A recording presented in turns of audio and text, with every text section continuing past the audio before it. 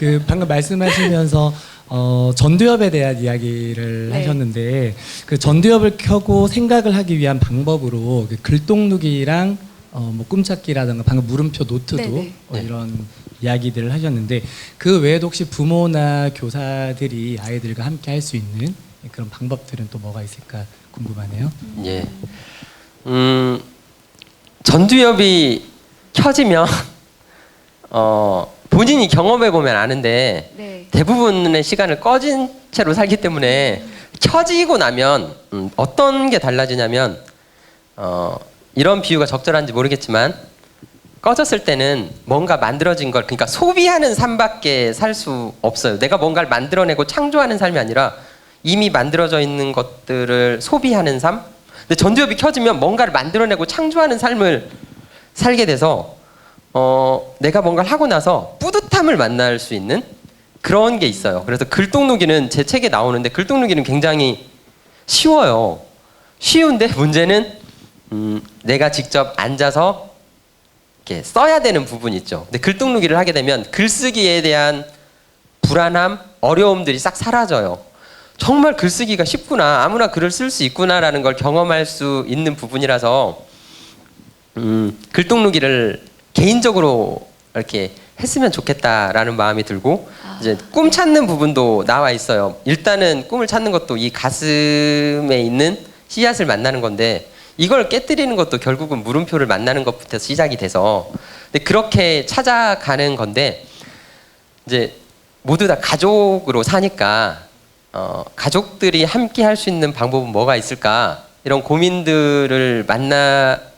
그러니까 학부모님들도 궁금해하시고 근데 이제 저는 개인적으로 가장 중요한 부분은 같이 해야 되는데 정말 중요한 건 아이들의 삶은 부모님의 삶을 보고 그냥 배운 거더라고요. 그러니까 부모가 아무리 야 너 똑바로 살아라 뭐 이렇게 해라 하고 아무리 말을 해도 아이들은 말을 배우는 게 아니라 부모의 삶을 배우는. 그래서 저도 아이들을 부모님을 만나거나 이렇게 상담할 때 딱 보면 이 아이가 왜 이런가를 보면 부모님을 보면 그냥 딱 나오는 거예요. 이런 부모님의 삶을 보고 배워서 얘가 이렇게 됐구나. 그래서 제일 중요한 건 부모님이 먼저 꿈을 진짜 삶을 사는 게 제일 중요한 것 같고 그거 말고 이제 그냥 좀 부드럽게 전두엽을 켜고 아니면 아이랑 얘기를 하면서 살 수 있는 방법 중에 하나는 제가 봤을 땐 아이들이 그러니까 어리면 그냥 부모님이 같이 놀면 되는데 얘네들이 뭐 특히 뭐 중2 뭐 이렇게 돼버리면 아예 얘네들은 부모님이랑 얘기도 안 하고 거의 같이 안 하려고 하는 뭐 그런 분위기라서 제가 생각한 건 이게 좋지 않을까 싶은 거예요. 어렸을 때 해도 괜찮은데 가족들이 영화를 보는 거죠. 뭐 영화관을 가서 보는 게 아니라 그냥 다운을 받거나 해서 괜찮은 영화들 굉장히 많거든요. 6, 7살만 돼도 근데 자주 보면 안 좋으니까 뭐 일주일에 한 번, 2주에 한 번. 대신 애들만 혼자 보는 게 아니라 같이 봐요. 부모님도 같이 보면 같이 보면서 아이들이 뭔가 이때 반응하는 그런 부분들이 있어요. 그런 것들도 부모님도 잘 보면 되고 같이 보면 이제 느끼는 부분들이 있거든요. 그러면 이제 같이 이야기를 나눠보는 거죠. 난 이런 걸 봤는데 이런 부분에서 아빠는 이랬다, 뭐 엄마는 이랬다. 이렇게 꼭 아이의 대답을 강요하는 게 아니라 그런 게 이제 한 번, 2번 가면 아이랑 직접 얘기할 수 없는 부분들이 영화 속에서 등장하는 그 인물들을 통해서 같이 공감하는 부분들이 있기 때문에 하여튼 얘기를 하는 순간이 먼저 돼야 되지 않을까. 갑자기 뭐 야 너는 전두엽도 안 켜고 살아, 전두엽 켜고 살아 뭐 이러면 애가 그러거든요. 속으로 자기는 맨날 끄고 살면서 뭐 이렇게 대들지 못하지만 속으로 이렇게 생각한단 말이에요. 근데 이제 그렇게 같이 나눌 수 있는 공감대. 근데 그러려면은 이렇게 감성을 건드려주는 영화가 좋지 않을까. 부담이 없고 책도 막 안 읽는 애한테 야 너 책 읽어 막 이렇게 던져주면 애는 절대 안 읽고 자기는 읽지도 않으면서 뭐 이렇게 속으로 생각하기 때문에 책은 부모님이 읽으면서 너 읽어라 얘기하면 안 되고 삶으로 보여줘야 되는 부분이고 근데 영화는 같이 보면 함께 부담 없이 할 수 있는 부분이라서 영화가 좋지 않을까라는 생각이 들었어요. 답이 좀 네. 길었네요. 네. 이 물음표를 깨우기 위해서는 대화가 또 필요한 것 같고 또 관심도 필요하고 습관도 필요한데 그러기 위해서는 영화 한 편을 먼저 보는 걸로 네, 만화 영화든 아니면 아이에 또 따라서 달라지겠죠. 예. 그러면서 시작하면 좋을 것 같다는 생각이 드네요. 네. 네, 우리 저자님께서 하실 이야기가 상당히 많으신 것 같은데요. 네. 저는 간단하게 질문하겠습니다. 예, 예. 자, 물음표 혁명이라고 하셨습니다. 예. 간략하게 어떻게 정리를 하면 좋을까요? 예. 이 질문 전에 잠깐 그 아까 영화 얘기 나왔는데 그 영화는 그 검색을 초등 영화 뭐 사랑인가? 아니, 초등 영화만 치면 어디 뜰 거예요. 그 제가 아는 굉장히 선생님이 계신데 그분이 영화를 거의 2,000편 정도 보셨어요. 그러면서 이제 영화를 통해서 아이들의 마음을 만나고 이런 책도 내시고 하여튼 굉장히 유능하신 실력가인 선생님 계시거든요. 거기 보면 이제 어떤 영화들이 좋은지 초급, 뭐 중급, 고급 이런 게 돼 있어요. 네이버 카페에 이렇게 돼 있어서 거기를 참고하시면 괜찮지 않을까 싶어요. 그래 초등 영화 뒤에는 기억이 안 나는데 하여튼 그렇게 네. 검색을 하면 될 것 같고요. 네네. 물음표 지금 물음표 혁명. 예, 물음표 혁명. 지금 예. 네 이상한 곳으로 빠지고 예, 있어서. 물음표 혁명이라는 부분, 네. 그러니까 혁명이 뭘까라는 것에 대해서 혁명도 그러니까 어떻게 푸느냐에 따라 어떻게 보느냐에 따라 달라질 것 같은데 그러니까 수준이 굉장히 달라질 수 있는 거죠. 개인 차원의 혁명도 있고 사회 네. 차원의 혁명도 있고. 네. 근데 저는 그냥 제가 느끼는 혁명은 이런 거예요. 제가 아이들을 많이 만나고 이러다 보니까 아이가 정말 그러니까 사람답게 나답게 나다움을 찾을 수 있도록 하는 거. 그러니까 주체적이지 않고 어떤 삶의 주인공으로 살지 못하고 그냥 구경만 하고 사는 아이들의 모습이 너무 많은 거예요. 그럴 때마다 굉장히 안타깝고 물론 아이들만 그렇게 사는 건 아니죠. 어른들도 대부분 그렇게 사는데 그런 게 굉장히 안타까워서 혁명이라는 건 내 주인공이라는 그 주체성을 잃어버린 그런 삶에서 내가 정말 주인이 되는 걸 찾아가는 과정, 나다움을 잃어버린 채 그냥 기계처럼 아니면 어쩌면 노예처럼 아니면 이미 길들여진 채로 살다가 나다움을 찾아가는 그런 과정. 그래서 이것만 찍고 살다가 그러니까 내 삶의 마침표만 찍고 살다가 마침표가 내 삶을 지배하던 삶에서 이제 물음표를 만나서 이게 조금씩 깨지면서 삶의 영역이 넓어져 가는 그런 게 혁명이라고 생각이 돼요. 근데 이제 더 중요한 건 시작은 그런데 혁명이라는 건 그런 건 거예요. 그러니까 제 또래 남자면 다 봤을 굉장히 유명한 전 세계적인 베스트셀러 만화가 드래곤볼이에요. 드래곤볼을 보신 분들은 이제 제 연령대인 거죠. 드래곤볼을 굉장히 막 열심히 봤는데 거기에 이제 혁명이랑 연결된 부분이 그게 있어요. 그러니까 정신과 시간의 방이라는 곳이 있어요. 거기에 이제 어떤 굉장히 막 나쁜 놈이 레벨이 굉장히 높은 놈이에요. 놈? 하여튼 높은 그 적이 있어요. 거기랑 붙으려면 이게 단시간에 안 되는 거예요. 근데 그 방에 들어가면 3일만 수련을 해도 막 3년을 수련한 효과? 막 그런 효과가 나오는 거예요. 그래서 걔가 3일 아니면 일주일 수련하고 나오면 막 다른 레벨이 돼서 그 강한 적이랑 맞서 싸울 수 있는 그런 건 거예요. 그러니까 혁명도 똑같아요. 똑같이 예를 들어 6개월을 살았다고 했을 때도 그냥 그런 삶을 똑같이 산 사람이랑 혁명 속에서 산 사람이랑 6개월은 다른 건 거죠. 둘이 그냥 똑같이 살다가 누구는 혁명 속에서 살아요. 이 사람 6개월 혁명 속에서 산 6개월이랑 그냥 산 사람 6개월 후에 만났더니 다른 거예요. 겉보기는 같아 보일지 모르지만 이 사람은 이미 제가 말한 물음표 혁명은 이제 뭐 마침표가 아닌 물음표를 만나고 몸에 긍정의 기운이 흐르게 해서 얼굴에 늘 미소를 띠는 그다음에 책과 같이 살고 막 이런 것들을 몇 개 있거든요.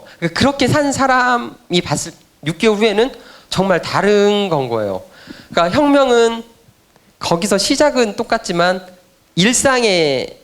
내 일상을 바꿔내는 어찌 보면 내 존재를 좀 걸어야 되는 그러니까 일상이 바뀌지 않으면 혁명은 절대 일어나지 않는 그래서 혁명은 어렵다고도 하지만 알고 보면 쉬울 수도 있는 그러니까 그런 거라고 생각이 돼요. 그러니까 아무리 얘기를 해도 예를 들어 오늘 뭐 여기 와서 야, 저 괜찮다. 나도 혁명 일으켜보자 하고 다짐하는 건 쉬운데 그게 내 삶이 된다는 건 또 다른 차원의 이야기인 건데 내 삶이 된다는 건 결국은 내 일상을 바꿔야 된다는 거고 그러니까 내 일상을 바꾸려면 어떻게 해야 되는지 그런 부분들은 이제 책 안에 써 있긴 해요. 근데 그런 걸 만나면서 그러니까 책은 그래서 잠깐만요. 그래서 죄송합니다. 자꾸 길어져. 그 성명의 예로 그 여러 예를 많이 들었는데 네. 아까 영화를 좋아한다 그랬었거든요. 네. 네. 네. 설국 열차를 예를 들었어요. 첫 번째로. 네네네. 그래서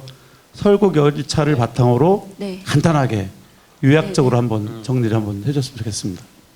네. 혁명의 예시를 제가 몇 가지 들었어요. 설국열차, 뭐 코페르니쿠스, 세종대왕, 네. 스티븐 잡스 이렇게 잡았는데 네. 설국열차를 맨 앞에 넣었어요. 그러니까 설국열차라는 영화를 제가 2번 봤어요. 제가 지금 이 2번 봤다는 얘기는 굉장히 많이 봤다는 얘기예요. 애기들이 어려서 영화를 데이트할 때 빼고는 애기가 태어나는 순간부터 문화생활을 못했거든요. 네. 정말 보고 싶은 영화는 이제 뭐 장모님이 오셔서 애기를 볼 때 이럴 때 막 심야 영화 보러 아내랑 같이 가고 막 이랬거든요. 근데 서울경찰 한번 보고 나서 이런 영화가 있어? 또 봤어요. 그래서 2번을 봤어요. 근데 볼 때마다 감동인 거예요. 막 그 설국열차를 는 그냥 보셔야 돼요. 혹시 안 보셨던 분은 다시 보시면 되고 네. 아니죠. 다시 보는 게 아니라 꼭 봐야 되고 그냥 보셨던 분들은 또 보시면 굉장히 다를 거예요. 그러니까 거기에서 굉장히 중요한 게 네. 열차가 도는데 열차가 하나의 사회인 건데 각 칸마다 이미 정해져 있어요. 그 맨 꼬리칸에서 이제 그 큰 이야기거든요. 꼬리칸에서 혁명이 일어나거든요. 우리 저 앞까지 가자. 그래서 이 사회를 새로 바꾸자. 뭐 이렇게 해서 쳐들어가는 건데 그 전까지는 어떻게 살았냐면 그 여자 무슨 장관이 나와서 얘기해요. 영어로 이제 keep your place라고 네 자리 지켜. 니네 자리 원래 정해져 있어. 그렇게 사는 게 당연해. 라고 하니까 다들 그렇게 살았어요. 그렇게 살았던 이유는 설국 열차에서는 설명을 해주지 않았지만 제가 이렇게 핵심을 얘기하면 다 이걸 찍고 있었던 거죠. 내 자리는 정해져 있어. 이렇게 사는 게 당연해. 그러니까 꼬리칸에도 다 이렇게 사는 거예요. 그냥 마침표가 삶을 지배하는 단 한 번도 이걸 꽂아보지 않은 거죠. 얘네들 이 사람들은. 근데 이제 거기서 커티스라는 그 사람이 이걸 꽂아요. 그러면서 정말 자리가 정해져 있을까? 원래 여기서 이렇게 살아야 되는 걸까? 그렇게 물음표를 만나가다 보면 뭘 만나냐면 느낌표를 만나요. 이거 아니네. 앞으로 가자. 느낌표를 딱 만나는 순간 이제 손과 발이 움직이기 시작하죠. 그래서 이제 팀을 따고 이제 이렇게 쳐들어갈 생각을 해서 쳐들어가는 것들이 이제 막 혁명인 거예요. 이 사람들에게는. 그런데 이제 각 칸마다 보여주는 게 굉장히 많은데 저한테는 굉장히 다가왔던 게 이렇게 아이들 만나서 이렇게 교육하는 장면이 있어요. 근데 거기를 보면 정말 이 식민교육, 그러니까 일제시대의 그 식민교육뿐만이 아니라 지금 현재 우리나라의 교육을 그냥 그대로 보여주고 있어요. 그냥 마침 표정을 찍어내는 그런 교육도 보여주고 하여튼 그런 것들이 굉장히 크게 와닿았고 그리고 이제 마지막에 갔을 때 이제 송강호가 나오죠. 송강호는 다른 혁명을 꿈꿨어요. 커티스는 어떡하지는 앞칸까지 가자 였는데 송강호는 이제 거기서 그런 얘기 하거든요. 커티스라는 사람한테 야 너는 그게 열면 뭐 할 건데 어차피 네가 열어도 다시 첫 번째 칸부터 끝까지 다 자리를 정하는 것일 수밖에 없다. 여기서 벗어나 그러면서 이제 옆에 벽을 딱 보면서 얘기하거든요. 저게 벽인 줄 알아? 다 벽이라고 생각하지만 저게 옛날에 원래 문이었어. 저길 열어야 되는 거야. 라는 이야기를 해주거든요. 그러니까 거기서부터 이미 남들은 다 저건 문이야. 아니 저건 벽이야 라고 이걸 찍고 있던 모든 사람들한테 송강호는 이제 이걸 날리는 거죠. 그러면 그 저자님께서 혁명에 대한 이야기랑 물음표에 대한 이야기를 쭉 이어서 하셨는데 그 책 뒷부분에 보니까 네. 본인이 경험한 뭐 3번의 혁명 네. 그 부분이 굉장히 인상 깊던데 네. 예, 그런 거에 대한 이야기를 짧게 들려줄 수 있을까요? 이제 3번의 혁명 예. 예. 짧게 네, 예, 예. 여기서 짧게는 2분 뭐 세 번의 혁명이죠. 네. 첫 번째 혁명은 그러니까 모든 혁명을 제가 뒷부분에 부록에 혁명이 있는데 제가 만난 3번의 혁명에 처음부터 끝까지 꿰뚫는 건 물음표였더라고요. 그러니까 첫 번째는 선생님을 만나요. 근데 그 선생님을 만났을 때 그 선생님을 만나면서 이제 제 안에 그걸 만나거든요. 내가 정말 하고 싶은 일은 뭐지? 라는 물음표를 만났어요. 늘 그냥 행정직 공무원을 하면서 요즘 같은 시대에 공무원이 최고지. 남들은 다 그렇게 얘기했고, 근데 제 안에 그런 게 있었거든요. 이건 내가 하고 싶은 일은 아닌데 평생 이걸 하고 살지는 않을 텐데라는 생각은 가지고 있었지만 물음표를 만나지 못했다가 내가 정말 하고 싶은 일은 뭐지라는 물음표를 만나서 이제 수능 시험도 보고 뭐 이렇게 해서 이제 교사가 됐어요. 그러다가 이제 두 번째 물음표를 만나던 건 아이들 도대체 왜 이런 존재가 됐지? 생각하지 않는 존재가 됐지라는 물음표를 만났는데 해결이 안 되는 거예요. 그러다가 제가 만난 두 번째 혁명은 책과 같이 살기 시작하면서 두 번째 혁명이 시작됐어요. 그때는 잘 몰랐는데 이제 이지성이라는 작가가 있어요. 그러니까 초등 교사를 했던 사람이죠. 8년을 했던 사람인데 그 책 중에 이제 리딩으로 리드하라라는 책이 있는데 그 책을 이제 읽었는데 제가 궁금해했던 왜 학교가 이렇고 아이들이 왜 이런 존재가 됐는지에 대한 큰 틀에 대한 이야기를 만나면서 이지성 씨에 대한 책을 만나기 시작하고 그러면서 이제 하루도 빠짐없이 책이랑 살기 시작했어요. 그러니까 책을 못 읽어도 화장실 갈 때 책을 읽고 가고 학교에서도 애들이랑 점심시간에 갈 때 책을 들고 다녀요. 읽든 못 읽든. 애들이 선생님 책도 안 읽으면서 뭐 들고 다녀요. 야 그래도 들고 다니는 거야 이렇게. 애들이 떠들을 때는 못 보다가 애들이 이제 좀 잘 있으면 이제 한 구절이라도 읽으면 그게 여기 이렇게 꽂히니까. 그러면서 책이랑 살게 되면서 저도 모르게 이제 혁명이 시작됐고 그러다가 이제 세 번째 마침표를 보면서 내 삶이 마침표로 꽉 차 있구나. 그러면서 이제 물음표를 만나고 물음표 깨어나는 물음표가 깊어지는 경험들을 하는 그런 세 번의 경험을 했었죠. 네. 지금도 계속 되고 있습니다. 혁명은. 이 그 물음표 혁명이라는 거는 제가 좀 정리를 해보니까 삶의 주인공이 되기 위해서 나다움을 찾아가는 그런 방법인데 나다움을 찾기 위해서는 스스로에게 끊임없이 질문을 하는데 내가 왜 살고 있지? 내가 뭘 원하고 있지? 내가 좋아하는 건 뭐지? 뭐 이런 식으로 끊임없이 질문을 통해서 하나하나 답을 찾아가고 나다움을 찾아가는 게 아닌가 그런 생각이 듭니다.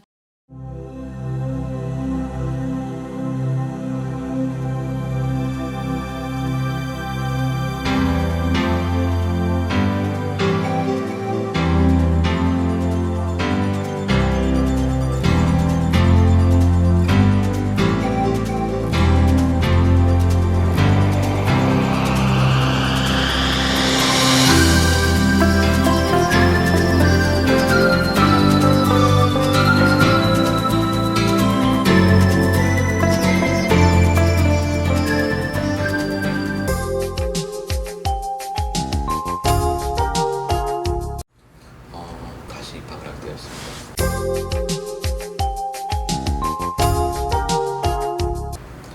예전에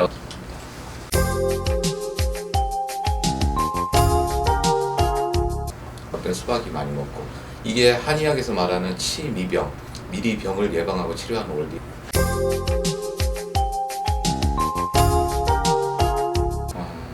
사실 논을 좀 보고 있었거든요.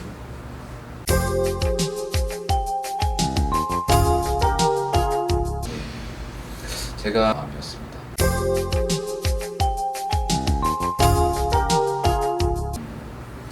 구절 한마디씩인데 자강불식 후덕재물이라는 구절이 있습니다. 근데 제가 이 구절을 오리는 세상인 것 같습니다. 근데 중국, 지금 세상을 지배하는 중국의 힘, 그 다음에 과학기술의 힘인 칭화대 글자에 공감하게 되었습니다.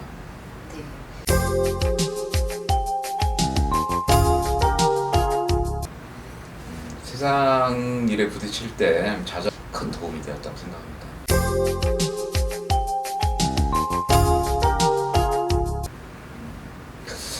문국현 전 대통령 후보였던 문국현 전 국회의원을 제 인생의 멘토로 생각하고 있습니다.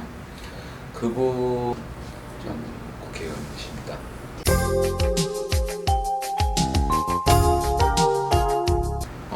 제가 한의사로서 그런 방향으로 나가고 싶습니다. 노래를 못하겠다 제일 좋아합니다. 누가 나와 같이 함